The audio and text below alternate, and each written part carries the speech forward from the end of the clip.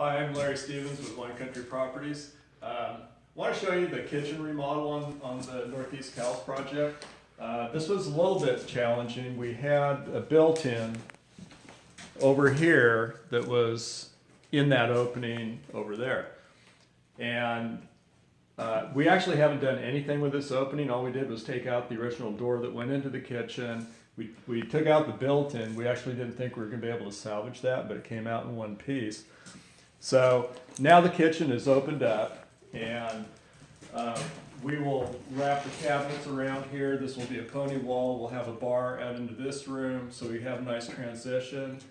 And whenever we're able to recover something like that that's in a project, we try to reincorporate it, and we think we can rebuild that built-in on this side of the wall here and still keep it part of the project.